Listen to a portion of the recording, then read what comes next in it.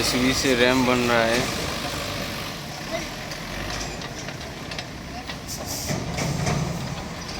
मिट्टी वहाँ से लेके आ रहा है, यहाँ डाल रहा है। देखिए ये मशीन उतारना है ना अभी।